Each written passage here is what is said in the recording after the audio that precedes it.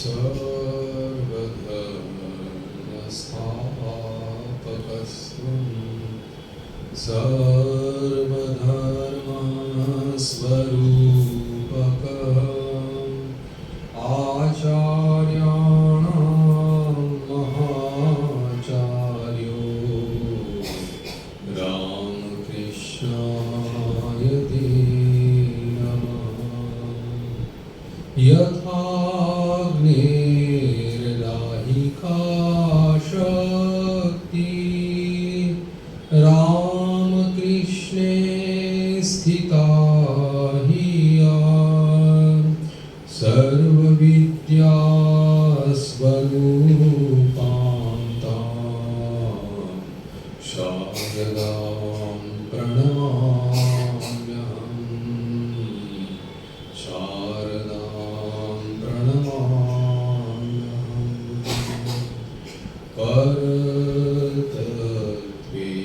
सदा लीनो रामकृष्ण समाज्ञया यो धर्मस्थापयतो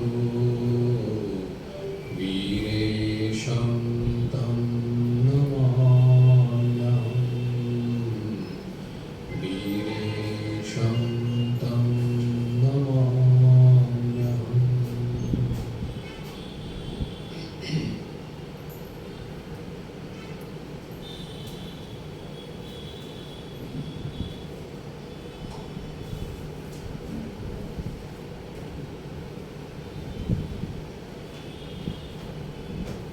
अनंत भावमय श्री रामकृष्ण देव के लीला चरित्र में गुरुभाव संबंधित जो बातें हैं उसकी चर्चा हम लोग कर रहे थे, जिसमें ठाकुर उस समय जो तत्कालीन समाज था, उस समाज में जो अभाव या त्रुटियां या भूल दिखाई पड़ती थी, उसके बारे में वो उसको जानते थे। उन्होंने देखा कि शास्त्र ग्रंथ या सिद्धांत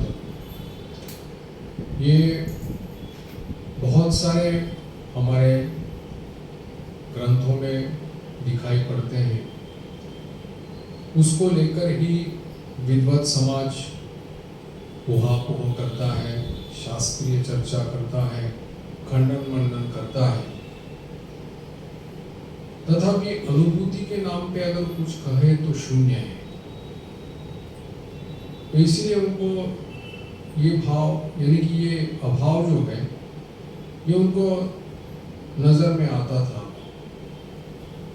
दूसरी तरफ अगर कोई संप्रदाय में अगर कोई उस मत को अनुसरण करते हुए अगर उसको अनुभूति हो जाती थी, तो उसके भीतर में भी उनको कभी कभी एक देशीय भाव दिखाई पड़ता था कि अपना ही भाव सही है और बाकी संप्रदायों में जो मत पथ प्रचलित है वो उससे या तो निम्न श्रेणी के हैं या तो नहीं तो फिर उसके बीच में यानी कि उसके भीतर में विद्वेष भाव दिखाई पड़ता था।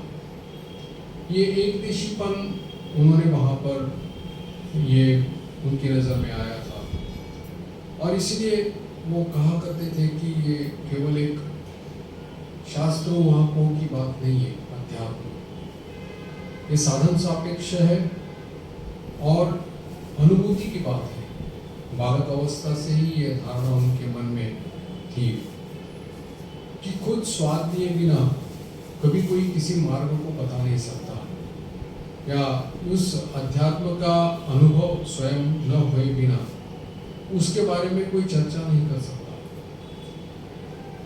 ये एक अनुभूत सत्य है और ठाकुर स्वयं सत्य स्वरूप थे, सत्य में प्रतिष्ठित थे और सत्य को कोई उपहास करके कोई उड़ा नहीं दे सकता।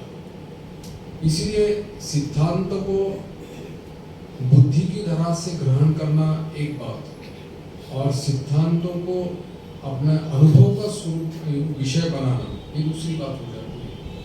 जब तक वो अपने जीवन में कार्यकारी नहीं होते, अनुभूत नहीं होते, तब तक फिर वो सिद्धांतों को कोई मतलब नहीं रहता।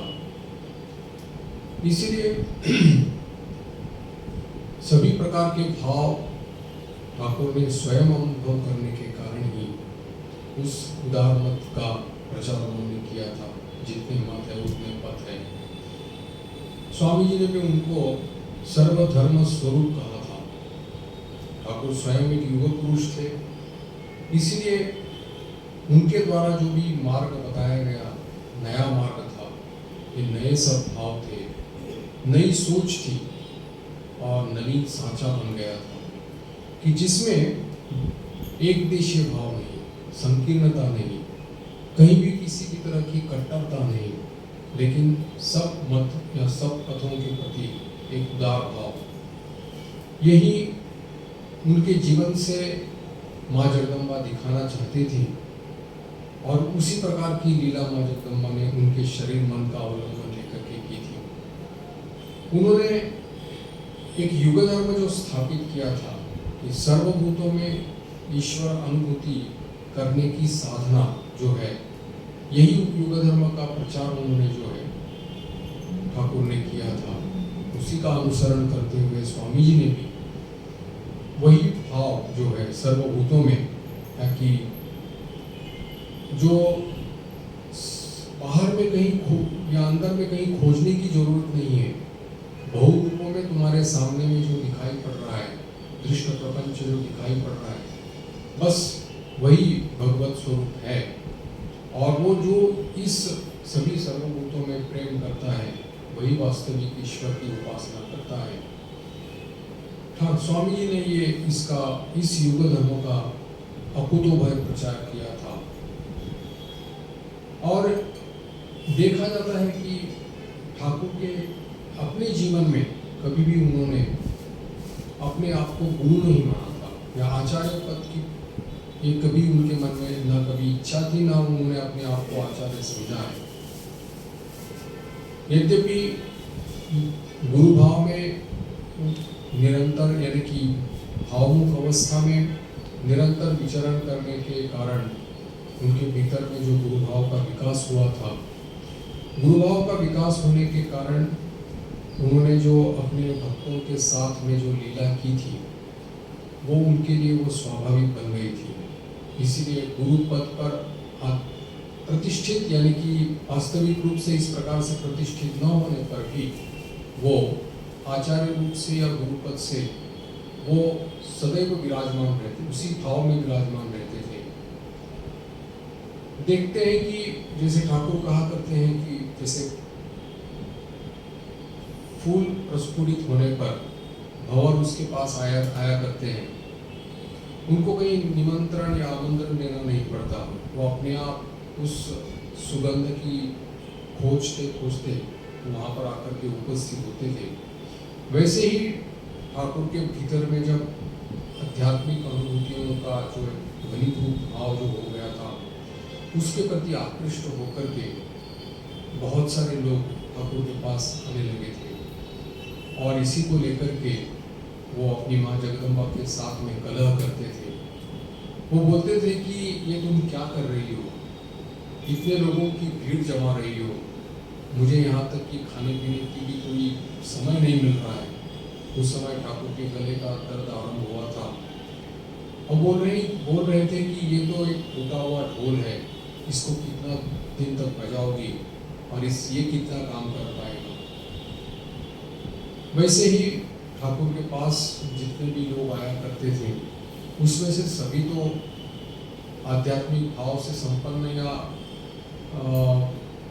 भक्त लोग नहीं थे, बहुत सारे ऐसे ही लोग भी आया करते थे। तो वो भी आकर के ठाकुर के पास से कुछ ग्रहण करना चाहते थे। उसके बारे में भी ठाकुर अपने माँ से जगदम्बा से झगड़ा करते थे और कहते थे कि ये सब जंगली लोगों को तुम यहाँ पर क्यों ले आती हो, मैं क्या कर सकता हूँ इन लोगों को। एक सिर में अगर थोड़ा सा दूध पानी है तो कम से कम जला करके उसको फिर से घनीभूत किया जा सकता है, लेकिन अगर 1 सेर दूध में अगर 5 सेर दूध हो तो कितना लकड़ी जलाओगी और कितना इस प्रकार से ईंधन खत्म होगा, लेकिन वो खाटी दूध जो उसको बोलते हैं वो नहीं मिल पाएगा। इसीलिए इस प्रकार का झगड़ा जो है, कलह जो है, ठाकुर माँ जगदम्बा के साथ करते थे। लेकिन इतना होने के बावजूद भी उनकी स्वयं की एक जो उपलब्धि थी वो ये थी कि पूर्व काल में और अभी वर्तमान काल में और आने वाले भविष्य काल में जो एक महत्वदार भाव जो अभी उनके द्वारा स्थापित हुआ था, दृष्टांत स्वरूप जो हुआ था, वो आज तक कभी नहीं हुआ था। इसीलिए वो उपलब्धि उनकी ये अपनी थी कि इस महत्वदार भाव को प्रचार करने के लिए ही माँ ने उनके शरीर को और मन का अवलंबन करके ये लीला कर रही है। वो ये भी जानते थे कि समस्त भावों की घनीभूत समष्टि उनके भीतर में विद्यमान है, और अगर धर्म भाव कहीं उस समय विद्यमान है या अध्यात्म अगर कहीं भाव अगर कहीं विद्यमान है तो उनके शरीर में, उनके मन में है, बाहर कहीं नहीं है। ये भी एक विशेष उपलब्धि उन्होंने की थी। इसलिए जब घटना आती है कि जब स्वामी जी अपने गुरु भाइयों के साथ महापुरुष महाराज और अभेदानंद जी महाराज के साथ में एक बार छोड़ करके, दक्षिणेश्वर छोड़ करके बोध गया गए थे, और वहाँ जा कर के उन्होंने कुछ दिन तक ये किया था, तो ध्यान वहाँ पर बोधि वृक्ष के नीचे ध्यान किया था। स्वामी जी का विरह सब लोगों को वहाँ पर महसूस हो रहा था, इसलिए ठाकुर को जब उन्होंने बताया तब उन्होंने कहा था कि चिंता क्यों करते हो, वो वापस यहीं पर आ जाएगा। और उन्होंने एक बात ये बात भी कही थी कि अगर कहीं धर्म भाव बाहर अगर कहीं खोजने वो गया है तो बाहर कहीं नहीं मिलेगा, जो कुछ है वो सब यही है। यानी उनके शरीर को दिखा करके कहते थे कि ये सब धर्म भाव जितने भी है, घनीभूत समष्टि जो है वो वर्तमान में उनके भीतर में भी है, भीतर ही है, बाहर कहीं और दिखाई नहीं पड़ेंगे। इसलिए वो तीनों वापस जब आए थे तब कहीं कुछ हुआ ऐसा करके उन्होंने पूछा था। ये भी उनको मालूम था कि वो कहा करते थे कि वो एक सरकारी आदमी है, माँ जगदम्बा की जमींदारी है। जमींदारी का अर्थ है कि ये पूरा दृष्ट प्रपंच जो दिखाई पड़ रहा है वो सब माँ जगदम्बा की जमींदारी है। और इस जमींदारी में जब कभी गड़बड़ हो जाती है या कोई भूल हो जाती है, कहीं अगर उसको ठीक करना है, संशोधन करना है, तो उनको दौड़ना पड़ेगा। इस बातों का उनको अनुभव होने लगा था। माँ जगदम्बा ने उनको दिखा दिया था कि उनका ये जो अभिनव भाव है उसको ग्रहण करने के लिए बहुत सारे लोग उनके पास आएंगे, उसमें उनके अंतरंग पार्षद भी रहेंगे जो उनके इस भाव का ठीक भाव ग्रहण कर पाएंगे। उनके वाहक और धारक दोनों रहेंगे। ये उनको माँ जगदम्बा ने दिखा दिया था। इसीलिए इस भाव को ठीक रूप से प्रचार करने के लिए जब वो प्रतीक्षा वहाँ कर रहे थे, और जब कभी कोई उनके पास नहीं आता था तब वो कहा करते थे कि आरती के पश्चात, संध्या आरती के पश्चात वो बाबू लोगों की जो कोठी है दक्षिणेश्वर में, वहाँ पर ऊपर में छत पे जा कर के चिल्ला करके रोते थे और कहते थे कि तुम लोग कहाँ हो और कब मेरे पास आओगे और ये मेरा भाव ग्रहण करोगे। उसके बाद में उन्होंने देखा था, माँ जगदम्बा ने दिखा दिया था कि जो अंतरंग भक्त जो उनके हैं कौन कौन आने वाले हैं। यहाँ तक कि ईश्वर कोटि महापुरुष, ईश्वर कोटि जो उनके भक्त थे वो भी जो आएंगे, उनके बारे में भी माँ जगदम्बा ने उनको दिखा दिया था।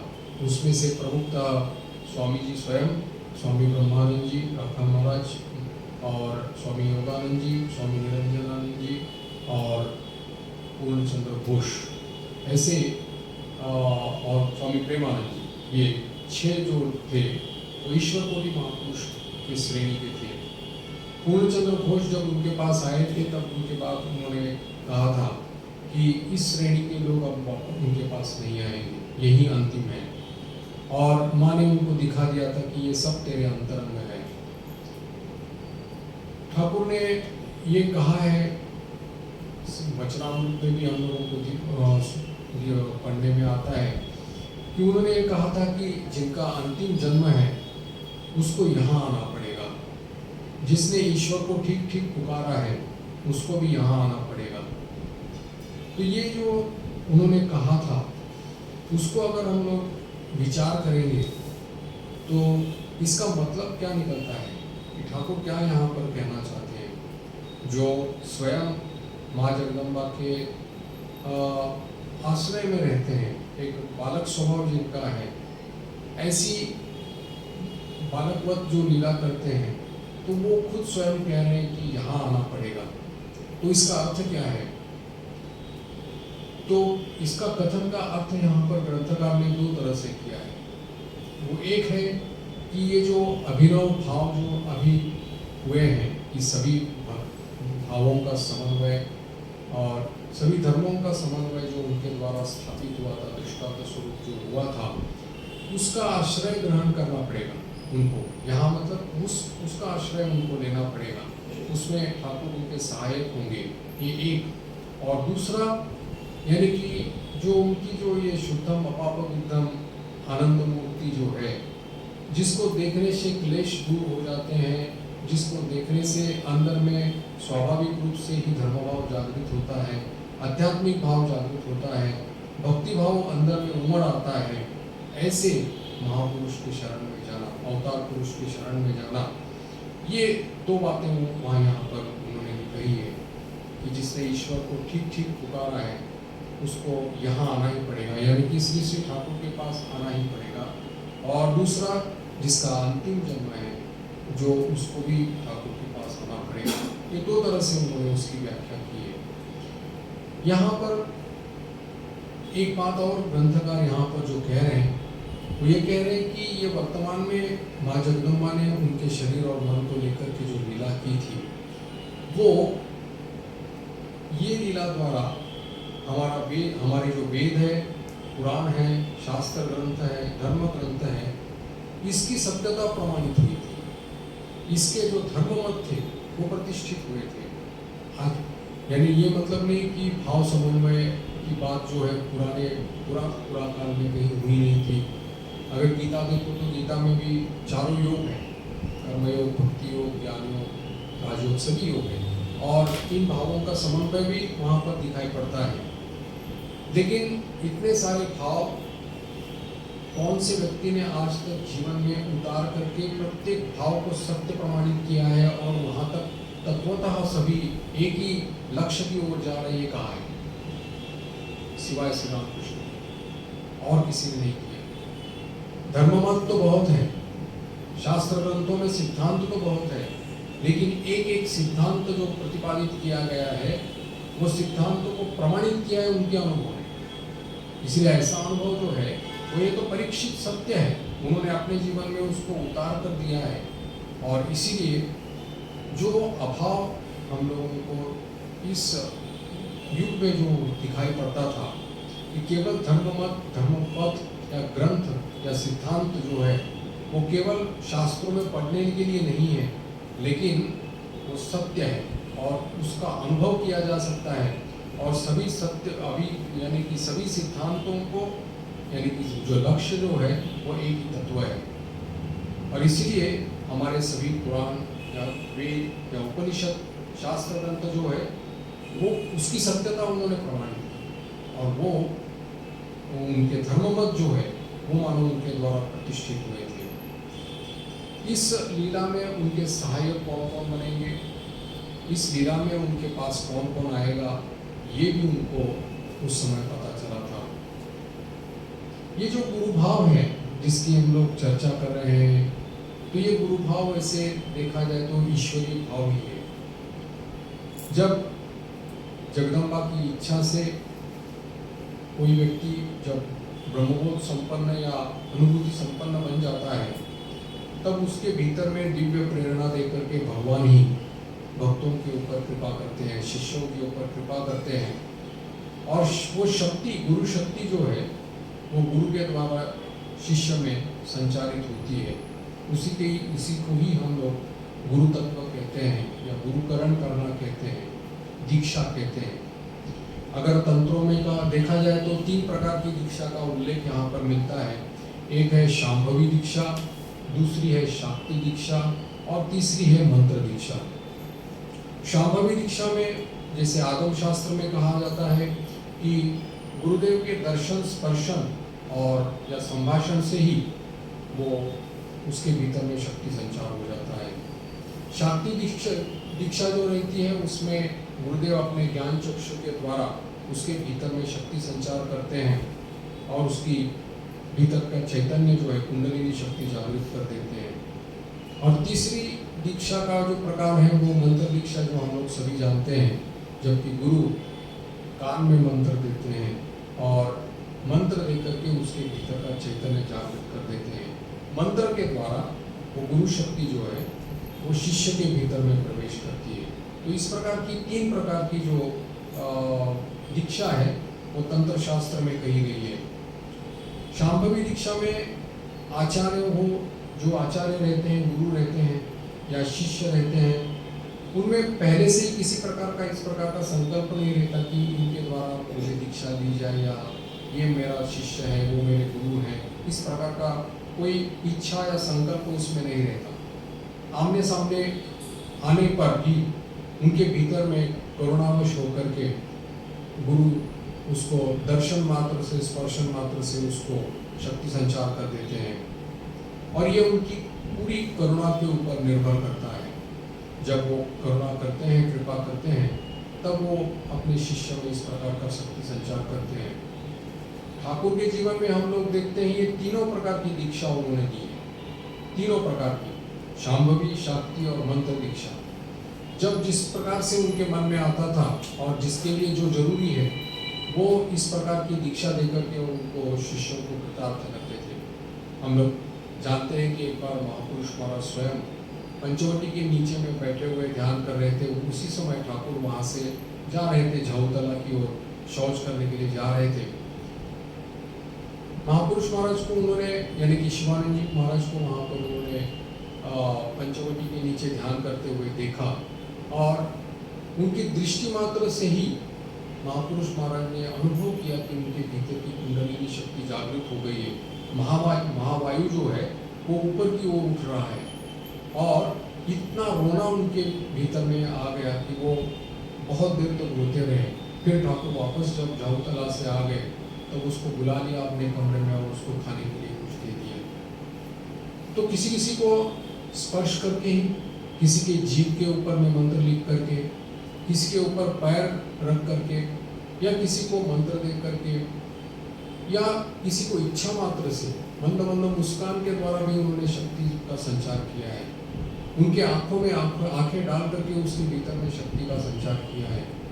तो ये सब प्रकार की जो दीक्षा यहाँ पर तंत्रों में दी गई है वो ठाकुर ने अपने जीवन में दिखाया है। कहीं भी किसी भी तरह से उसको जब जैसी इच्छा हो वैसे उन्होंने, क्योंकि अवतार पुरुष है, तो उस प्रकार की दीक्षा उन्होंने बिना किसी रुकावट से उन्होंने सबको ये प्रदान की है, ये शांभवी दीक्षा। और इसी के लिए उन्होंने स्वामी जी को भी उसका अधिकारी बनवाया था।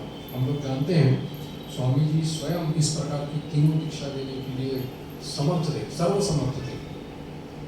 जहाँ तक सवाल आता है, जब ठाकुर स्वामी जी पाश्चात्य देश में थे, अमेरिका में थे, तो कोई जरूरी नहीं कि सबको उन्होंने मंत्र दीक्षा ही दी हो, ऐसा कुछ नहीं है। लेकिन स्वामी जी के संस्पर्श में आए हैं और उनके पास बातचीत की है और बस स्वामी जी ने संभाषण करते हुए उनके भीतर में शक्ति संचार कर दिया, उनको चैतन्य को जागृत किया है। ऐसा भी है। और भी उदाहरण आते हैं कि जैसे दूसरी बार पाश्चात्य देश में गए थे, सैन फ्रांसिस्को में, लॉस एंजल्स, दोनों जगह पे गए थे, तब मीट सिस्टर्स जो थी उनमें से एक जो मिसेस एलिस हैंसब्रो, जो वास्तविक रूप से उनकी शिष्या नहीं थी, वो तीनों बहनें जो थी वो स्वामी जी के, यानी कि स्वामी जी को अपना मित्र या अपने भाई की तरफ मानती थी। और उनके वहाँ पर जो लेक्चर्स होते थे वो सब, उसका जो अरेंजमेंट होता था वो सब मिसेस हैंसब्रो करती थी। और उन्हीं की निर्देश से स्वामी जी वहाँ से सैन फ्रांसिस्को भी गए थे और उनकी वो सेक्रेटरी थी मिसेस सैंसब्रो, और वो सब कुछ उनका ख्याल रखती थी। और ऐसे इसमें एक बार की घटना है जब स्वामी जी साधारणतः जो क्लासेस लेते थे अपने फ्लैट में ही क्लास लेते थे, वेदांत के जो स्टूडेंट्स उनके पास आया करते थे। एक बार की घटना है कि जब ध्यान का क्लास था तो उस समय उन्होंने मिसेस सैंसब्रो को देखा कि रसोई घर में कुछ खाना बना रही है, तो उसको पूछा तुम अभी आ नहीं रही हो, ध्यान का क्लास होगा? तो उसने कहा कि मैं अभी नहीं आ पाऊंगी क्योंकि ये आपके लिए जो रसोई बना रही हूँ इसमें मैंने थोड़ा सा देरी कर दी है, तो ये मुझे पहले इसको ख़त्म करना पड़ेगा। तो स्वामी जी ने कहा ठीक है कोई बात नहीं, मैं तुम्हारे लिए ध्यान करूँगा, और वो क्लास में चले गए। इसके बाद में मिसेस हैंसब्रो ने कहा है कि जब तक वो रसोई बनाती रही तब तक उनको अंदर से अनुभव होता रहा कि स्वामी जी उसके लिए ध्यान कर रहे हैं। और यही घटना उन्होंने सैन फ्रांसिस्को में स्वामी अशोकानंद जी महाराज को मुलाकात के दौरान बताई थी, और उन्होंने कहा था एक बहुत बड़ा आश्चर्यकारक स्टेटमेंट भी उन्होंने कहा था। उसमें अशोकानंद जी को कहा था और बोली थी कि जानते हो आज भी मुझे अनुभव होता है कि स्वामी जी मुझे मेरे लिए ध्यान कर रहे हैं, जबकि स्वामी जी उस समय स्थूल शरीर में नहीं थे। तो ये है कि शक्ति संचार जो है वो एक आध्यात्मिक गुरु जो रहता है वो कहीं भी किसी भी तरह से शक्ति संचार कर सकता है, इसमें कोई नियम कानून नहीं है। स्वामी जी ने ये जो अशोकानंद जी की बात मैंने कही वो स्वामी अशोकानंद जी महाराज भी इसी प्रकार से ही, इसी शांभवी दीक्षा से उनके पास से, स्वामी जी के पास से उनको ये शक्ति संचार हुआ है। वो रहने वाले थे पूर्व बंगाल के, वहाँ पर कॉलेज में पढ़ते थे, तब अपने कमरे में कमरा बंद करके उनके पास एक माँ काली का फोटो था, उस फोटो के सामने बैठ करके माँ काली का ध्यान करते थे। तो एक दिन की दोपहर की बात है जब उस समय वो माँ के ऊपर ध्यान कर रहे थे, तो अचानक उन्होंने देखा कि माँ की जगह में स्वामी जी वहाँ पर आ गए, और स्वामी जी के भीतर से पूरी तरह से शक्ति मानो उनके भीतर में चली गई। ऐसा जैसे कि कहते हैं कि एक पात्र से दूसरे पात्र में जल जैसे भरते हैं, वैसे पूरी की तरह उसके ऊपर बिठा करके जैसे, तो पूरी की पूरी शक्ति जो है स्वामी जी के आंखों से निकल करके उनके भीतर में चली गई। और ये जागृत अवस्था में, स्वप्नावस्था में नहीं। और वो जागृत अवस्था में वो उन्होंने अनुभव किया कि वो पूरी तरह से शक्ति उनके भीतर में आ गई है, स्वामी जी की शक्ति आ गई। वो बोल रहे थे कि उन्होंने लिखा भी है कि मैं कभी स्वामी जी के ऊपर ध्यान नहीं कर रहा था, लेकिन माँ काली के ऊपर ध्यान कर रहा था। तो ये है अचानक इस प्रकार से शक्ति संचार हो गया। और फिर बाद में भी उनको लगा कि ये शायद हो सकता है कि एक हेलुसिनेशन जैसे भ्रम जैसा है, ऐसा उनको लग रहा था। इसलिए बाकी जो बाद में उन्होंने जो ठाकुर के शिष्य थे स्वामी ब्रह्मानंद जी महाराज, उनके पास से दीक्षा लेने के लिए उन्होंने अनुरोध किया। तो ब्रह्मानंद जी महाराज ने कहा कि तुमको तो पहले से कुछ मिल चुका है, स्वामी जी के पास से तुमको मिल चुका है, तुम क्यों लेना चाहते हो? स्वामी तुरानंद जी महाराज को उन्होंने लंबा पत्र लिख करके यही बात उनको बताई। तब स्वामी तुरानंद जी महाराज ने कहा कि तंत्र शास्त्र में इसको शांभवी दीक्षा कहते हैं, जिसमें ये केवल दर्शन स्पर्शन या संभाषण मात्र से ही केवल शक्ति संचार होता है, और वही तुमको स्वामी जी ने दिया है।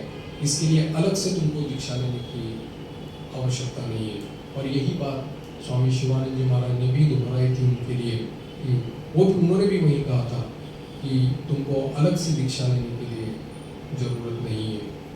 और जब स्वामी अशोकानंद जी को अमेरिका भेजा गया था वेदांत प्रचार के लिए, तब स्वामी शिवानंद जी महाराज ने उनको 3 बार ये पूछा था, यू आर स्वामी जी's डिसाइपल, इजंट इट?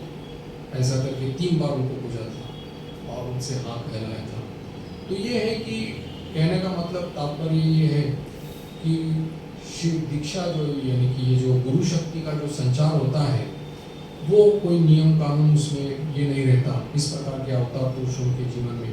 और दूसरी बात ये भी है कि जब इस शक्ति को यानी कि इस शक्ति को गुरु से शिष्य की ओर में जाना है, यानी कि शक्ति संचार होना है, कि हो सकता है कि गुरु को भी मालूम न पड़े कि ये शक्ति उनके भीतर से जा करके शिष्य के भीतर प्रवेश कर रही है, शिष्य भी ना जाने कि इनके भीतर से ये शक्ति मेरे भीतर में आ गई है, लेकिन काम तो बन जाता है। और इसी का नाम है गुरु तत्व। इसी का ही तंत्र शास्त्र में इसका विस्तारित भाव से उल्लेख किया है। खैर, ये ठाकुर जो इस प्रकार से दिव्य भावापन्न गुरुओं में से एक थे, इसीलिए उन्होंने इस प्रकार की तीनों प्रकार की दीक्षा और न जाने कितनी प्रकार की होगी, हमको जो मालूम नहीं है, लेकिन अपने शिष्यों को दी थी।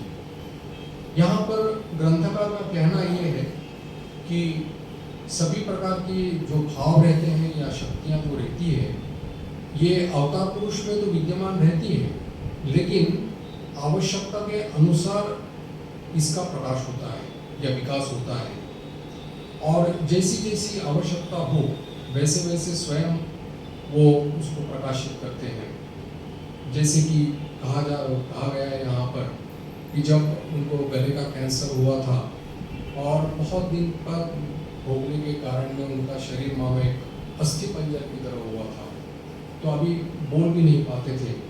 रात में केवल एक सूजी का जो खीर है वो खाया करते थे। तब उन्होंने कहा था कि माँ ने दिखाया है कि इस शरीर के भीतर यानी कि ऐसी शक्ति का उद्भव हुआ है कि मुझे किसी को स्पर्श करने की जरूरत नहीं है। तुम लोगों को अगर मैं कह दूं कि तुम इसको स्पर्श करो तो वो शक्ति संचालित उसके भीतर में हो जाएगी और उसमें ज्ञानोदय हो जाएगा। और ऐसी शक्ति है कि तुम लोगों को भीड़ संभालनी पड़ेगी, इतनी भीड़ हो जाएगी, इतना परिश्रम तुमको करना पड़ेगा। तो इसका ये जो उनका कहने का मतलब जो है कि कभी भी किसी भी तरह से ठाकुर के भीतर यानी कि इच्छा मात्र से ये सब शक्ति का संचार जो है वो करने की सामर्थ्य जो है वो उनके भीतर में थी। इसके बाद में ठाकुर के भीतर में जो देव और मानव भाव जो दोनों प्रकार के जो उनके सम्मिलन जो उनको दिखाई पड़ता है, इसके कारण में कभी भी एक लोगों के भीतर में ये धारणा हो जाती थी कि क्या एक साधारण व्यक्ति की तरह ही तो है, कभी उसमें किसी भी प्रकार की विशेषता नजर नहीं आती थी। ये दोनों भावों का मिश्रण होने के कारण दिखाई पड़ता था। हालांकि वो एक अवतार पुरुष थे और जब तक वो खुद समझा नहीं देंगे तब किसी को समझ में नहीं आ पाता था। ब्राह्मण नेता श्री विजय कृष्ण गोस्वामी एक बार ढाका में अपने मकान में कमरा बंद करके ध्यान कर रहे थे। उस समय उन्होंने अचानक देखा कि ठाकुर स्वयं उनके सामने बैठे हुए हैं। जैसे उन्होंने पहले उनके कमरे में देखा था दक्षिणेश्वर में, वैसे उन्होंने देखा कि ठाकुर उनके सामने कमरे में बैठे हुए हैं। तब उनको लगा कि क्या कहीं भ्रम तो नहीं है, तो इसीलिए उन्होंने उनकी श्री मूर्ति को हाथ लगा करके देखा तो पूरी जीवंत मूर्ति उनको अनुभव में आ गई। फिर उन्होंने उनके श्री अंग को दबा दबा करके देखा कि क्या मैं कहीं भ्रम तो मुझे नहीं हो रहा है, और फिर देखने के बाद उनका संदेह दूर हो गया।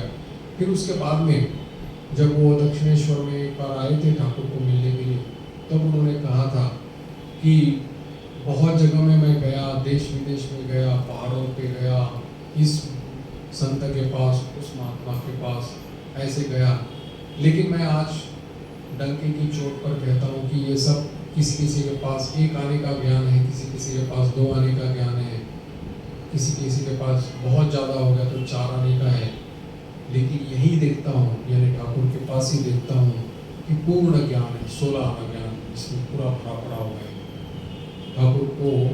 जब ठाकुर को उन्होंने ये कहा तो ठाकुर मुस्कुरा करके कहने लगे ये क्या कह रहे हैं। तब उन्होंने कहा आप इतने सहज हो गए हो कि इसके कारण हम लोगों को समझ में नहीं आता कि आप कौन हैं। इतने सहज हो गए हो। हम लोग कलकत्ते से आते हैं तो नौका करके आते हैं या अपने वाहन से आते हैं और इतने सहज रूप से आप यहाँ पर मिलते हो तो लगता नहीं कि आपके भीतर कुछ विशेषता है, और लोगों को भी लगता नहीं है। लेकिन इतना बड़ा आधार और इतना बड़ा यानी कि ये जो महापुरुष आप हैं, इसके बारे में किसी को पता ही नहीं चलता। इतने सहज प्राप्य आप हो गए हो। अगर आप कहीं पहाड़ों में रहते, पहाड़ों की चोटियों में रहते, तो परिश्रम करके लोग जब वहाँ पर जाते तब समझ में आता कि ये कितने बड़े महापुरुष हैं। और इसीलिए वो कहते थे कि सहज होकर के ही बहुत गड़बड़ हो गई है। इसीलिए ठाकुर के इस अलौकिक आचरण जो है वो ठाकुर स्वयं समझा जब तक नहीं देते थे, तब तक उनकी अलौकिकता जो है या उनमें जो कुछ अद्वितीय ये जो भाव है ये किसी को समझ में नहीं आते थे। एक बार ठाकुर किसी को अगर अंगीकार कर लेते थे शिष्य रूप से, या कोई उनके पास आकर के सचमुच ही धर्म भाव ग्रहण करने के लिए उनके पास आता था शरण होकर के, तो उसको वो पूरे दिल, सच्चे दिल से उसको वो स्वीकार करते थे। और अगर कहीं वो भटक भी गया तो भी उसको साम दाम दंड भेद करके उसको वापस लाने की कोशिश करते थे। इसके पीछे उनकी करुणा ही रहती थी। और जैसे कि स्वामी जी स्वयं अपने पिता के स्वर्गवास के बाद में जब उनके घर की स्थिति ऐसी हो गई थी, बहुत दरिद्रता के भीतर में उनको दिन गुजारने पड़ते थे, घर में खाने के लिए भी कुछ नहीं था। ऊपर से ऐसा लगता, माँ उनकी जो गर्भधारिणी माँ थी वो भी उनको बोलती थी कि तुम्हारे भगवान ने क्या किया, खाने तक भी कुछ नहीं हुआ, भगवान भगवान करते रहते हो। उनके भीतर में भी एक प्रकार का क्षोभ आ गया कि ठाकुर के आश्रय में होने के बावजूद भी इस प्रकार से दो रोटी मिल नहीं रही है। तो वो उन्होंने कहा कि ये संसार अगर अनित्य ही है तो घर छोड़ करके गृह त्याग करना ही अच्छा है। तब उन्होंने गृह त्याग करने का दिन ठीक किया, तो उसी दिन उनको पता चला कि ठाकुर भी उस समय किसी भक्त के मकान में आ रहे हैं। तो जाने के पहले गुरुदेव से मिल करके प्रणाम करके जाए, ऐसा कह करके जब गए तब ठाकुर ने उनको रोक करके रखा और फिर उनके साथ वार्तालाप करने के बाद में उनको जबरदस्ती वहाँ पर दक्षिणेश्वर ले गए और उन्होंने अपना मान करके, स्वामी जी तो उनके अपने थे, एक चिन्हित संतान थे, उनके देव शक्ति के वाहक और धारक थे, इसलिए वो छोड़ना नहीं चाहते थे। इसलिए स्वामी जी को उन्होंने वो गाने के माध्यम से कहा कि तुमसे बात करने में मुझे डर लगता है, नहीं बात करने में से भी डर लगता है, मुझे मेरे मन में संदेह है कि मैं तुम्हें कहीं खो न बैठूं।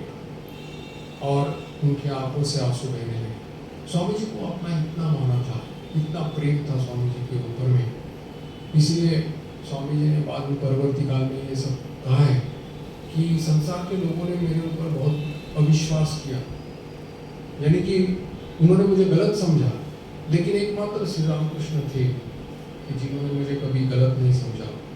उन्होंने पूर्ण रूप से मेरे ऊपर विश्वास किया, कभी भी मुझे भूल नहीं समझा। और इसीलिए स्वामी जी उनके मानो गुलाम बन गए थे। एक बार उन्होंने कहीं किसी को अंगीकार किया है या उनको अपना मान लिया है, ठाकुर ने यानी कि उसका पूरा भार उन्होंने जिम्मेदारी उनके अपने ऊपर ली है। जैसे कि गिरीश चंद्र घोष, उन्होंने तो बकलवा दिया था, पूरी तरह से जिम्मेदारी ठाकुर के ऊपर सौंपी थी, लेकिन उसी समय गिरीश बाबू को ये भी लगता था कि कहीं पूर्व संस्कार जो उनके हैं उनके कारण में कहीं पापाचरण न कर बैठूं, दुष्कर्म न कर बैठूं। जब उन्होंने ये भय प्रकट किया ठाकुर के पास में, तो ठाकुर ने उसको अभय दे दिया और कहा कि तुम क्या सोचते हो कि ये घास में चलने वाले सांप ने तुमको काटा है? अरे पूरी तरह से नाग सांप ने काटा है। अगर अभी नहीं मरोगे तो कहीं तुम्हारे बिल में जाकर के मर जाओगे, लेकिन मरोगे जरूर। तो उनका कहना है कि जैसे कोई एक साधारण सांप जब कहीं किसी मेंढक को पकड़ता है और खाने की कोशिश करता है, तब ना वो भीतर में ले पाता है उसको, ना उबर पाता है, उसको ही बहुत ये होता है, पीड़ा होती है। लेकिन अगर यही नाग सांप अगर उसको काटे तो फिर एक ही कराहने में उसकी जो वाचा है वो बंद हो जाती है। इसीलिए उन्होंने ये कहा है कि ये सब जो है, तो ठाकुर के पास आने वाले जो जितने भी भक्त थे, उनके मन में ये दृढ़ धारणा हो गई थी कि जो भी ठाकुर के पास प्रार्थना करेंगे वो ठाकुर उनकी पूर्ण करेंगे, और जो भी उनको मनोभाव चाहिए भाव मिलेगा, दर्शन चाहिए दर्शन मिलेगा। ये उनके मन में सबके एक धारणा हो गई थी। जैसे स्वामी प्रेमानंद जी महाराज, बाबूराम महाराज जब उनके पास एक बार गए और कहा कि मुझे भाव समाधि होनी चाहिए, ठाकुर ने कहा कि होगा, माँ से कहूँगा, मेरे कहने से क्या होता, मेरी इच्छा से क्या होता है। और बाबूराम महाराज ने थोड़ा हट लगाया और कहा कि नहीं, उसको करके ही देना पड़ेगा। तो इसके बाद में वो आठपुर चले गए अपने पित्रालय में, और फिर उसके बाद में ठाकुर कहने लगे कि बाबूराम मेरे पास आया था, रो धो करके कह रहा था कि उसको भाव समाधि होनी चाहिए। अब उसके बाद में मैंने माँ को बताया, मेरी माँ जगदम्बा को बताया, तो माँ ने कहा कि बाबूराम को भाव नहीं होगा, ज्ञान होगा। अगर मेरे के इस प्रकार से कहने पर अगर कहूँ तो फिर बाबूराम मुझे मानेगा नहीं और उसको वो गलत समझ लेगा। मानो बाबूराम के मानने न मानने पर ठाकुर का अस्तित्व है, ऐसा ठाकुर स्वयं बोल रहे हैं।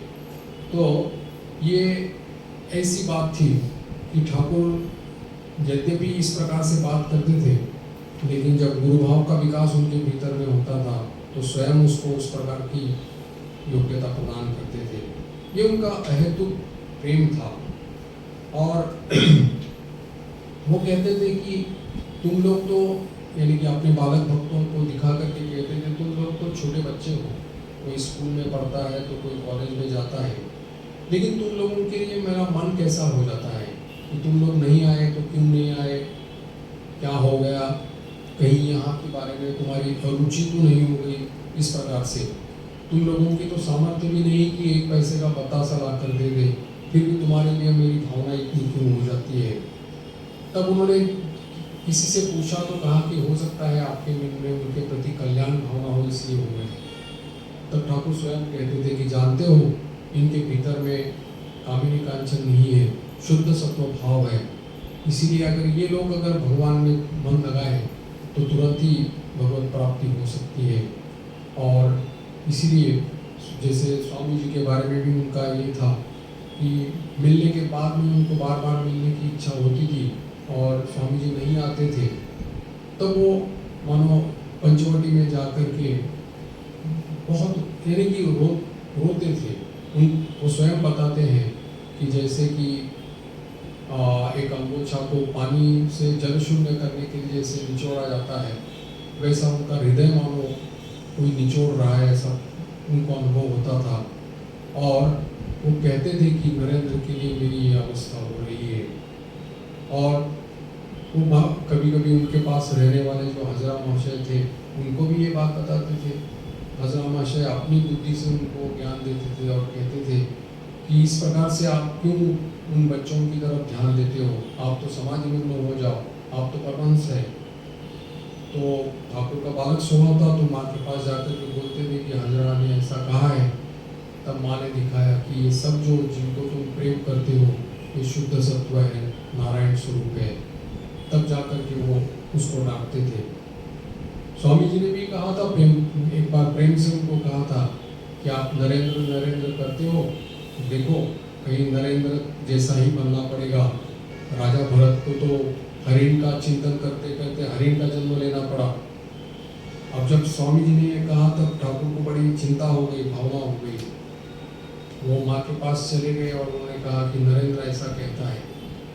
तब माँ ने समझा दिया कि अभी समझ में नहीं आ रहा है उसके, लेकिन तुम उन लोगों को प्रेम करते हो, इसलिए करते हो कि उनके भीतर में नारायण देखते हो। और यही बात उन्होंने आकर के स्वामी जी से कही, मैं तुम लोगों से प्यार करता हूँ, इसका कारण ये है कि तुम्हारे भीतर नारायण देखता हूँ, इसलिए प्यार करता हूँ। और जिस दिन नारायण नहीं देखूंगा उस दिन तुम्हारे मुंह की तरफ देख भी नहीं पाऊंगा। तो ये सर्वत्र नारायण दृष्टि जो थी उनकी।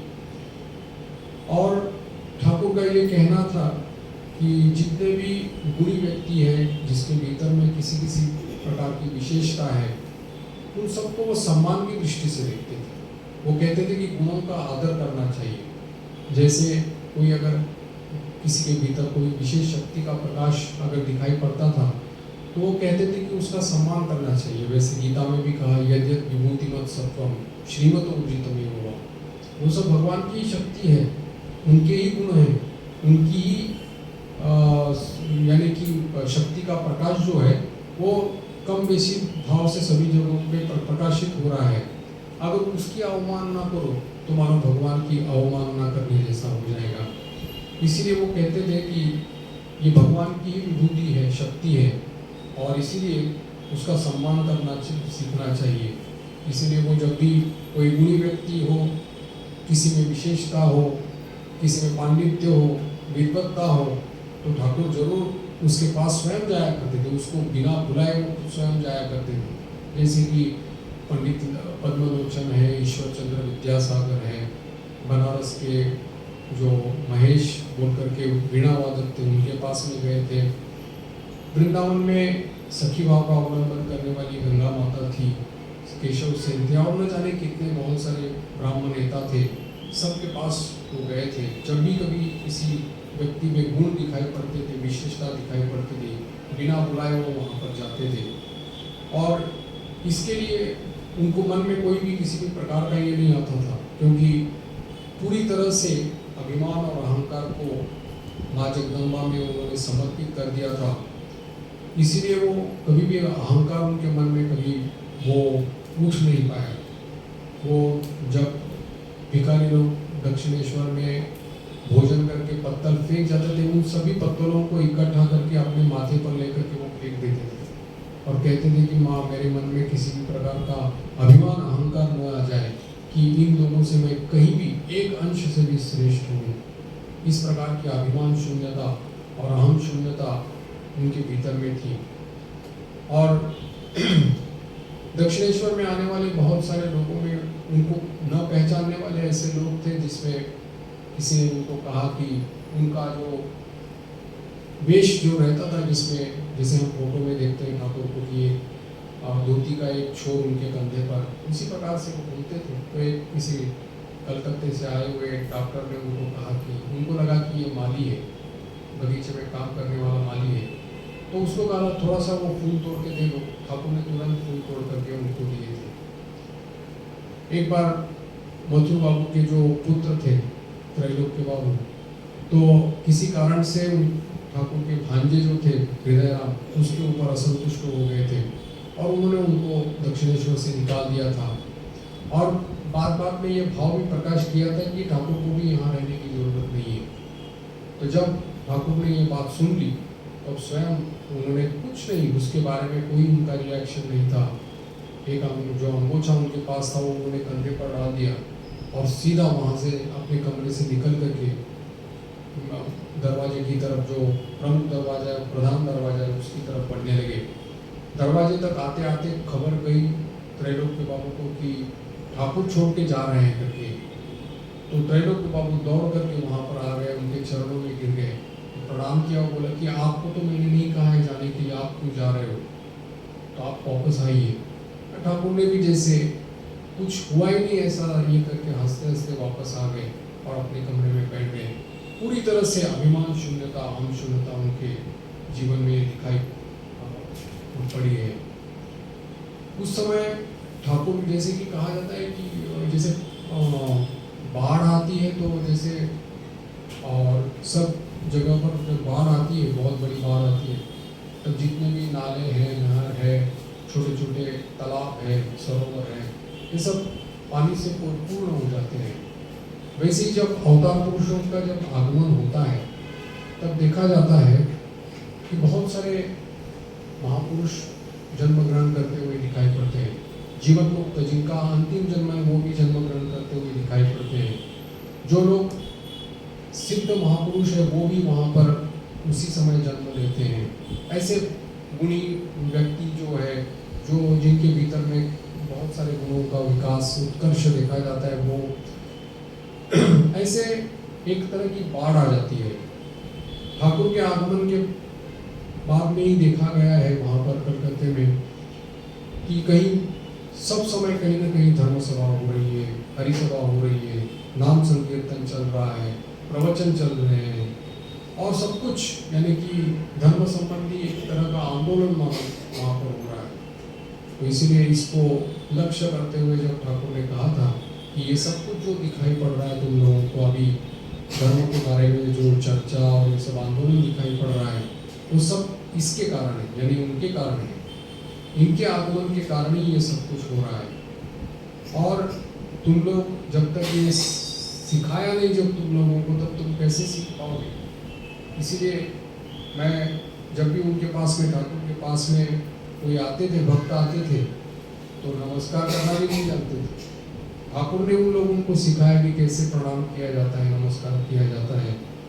केशव सेन के बारे में कहा जाता है कि जब ठाकुर उनको मिलने के लिए गए, तब केशव बाबू कुर्सी पर बैठ करके टेबल पर कुछ लिख रहे थे, बहुत देर तक लिखते रहे, फिर बाद में आकर के सामने बैठ गए और नमस्कार करना वो एक की बात है। ठाकुर ने स्वयं झुक करके प्रणाम किया, फिर जाकर के जब विदाई लेने लगे तब ठाकुर ने स्वयं भूमिष्ठ होकर के प्रणाम किया।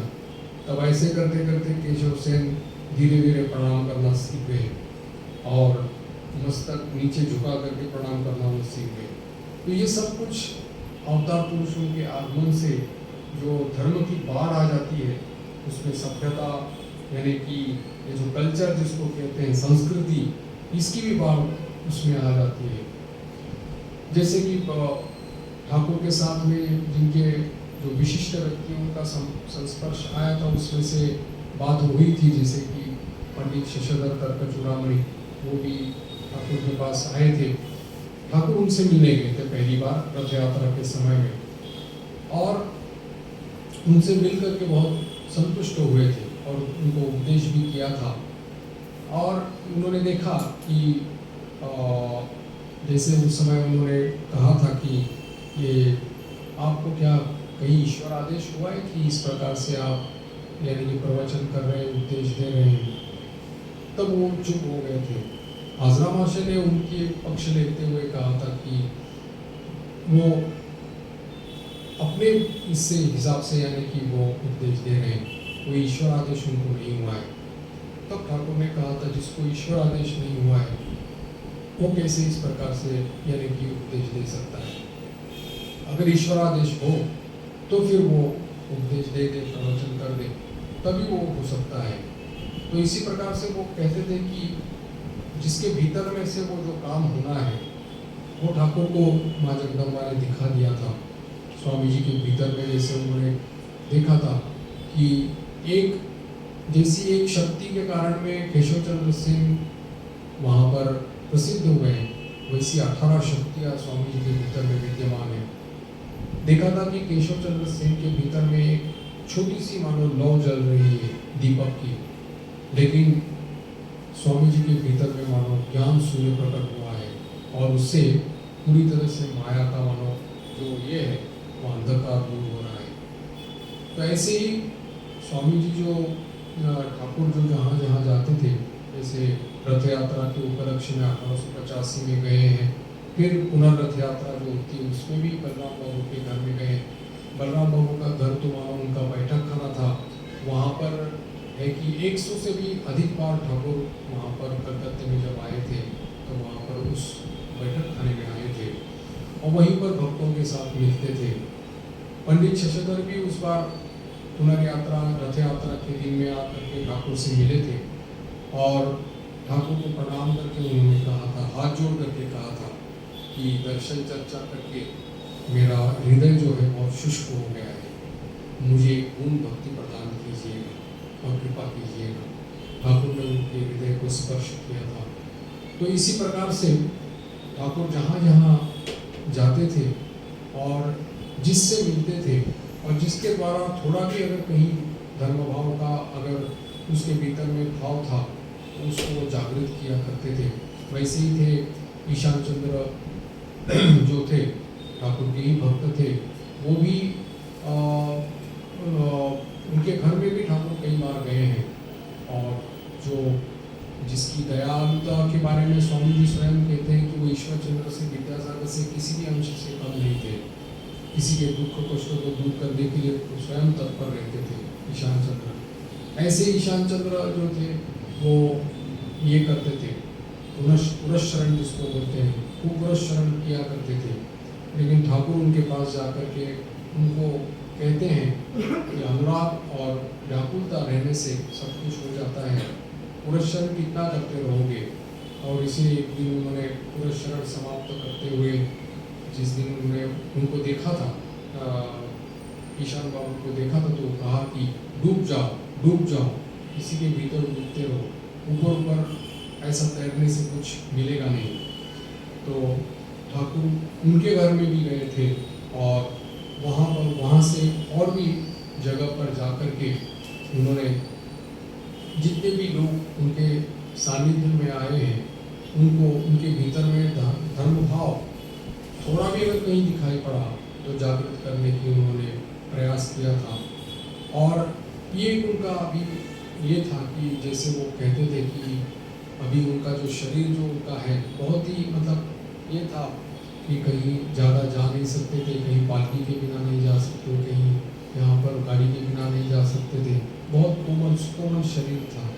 इसीलिए वो कभी कभी आक्षेप करके ये भी बोलते थे कि चैतन्य देव ने तो, महाप्रभु चैतन्य देव ने तो घर घर जा कर के नाम का प्रचार किया, कीर्तन किया और सभी लोगों को आचंडाल भक्ति दे दी, लेकिन मैं कहीं पालकी के बिना या गाड़ी के बिना भी नहीं जा सकता हूँ।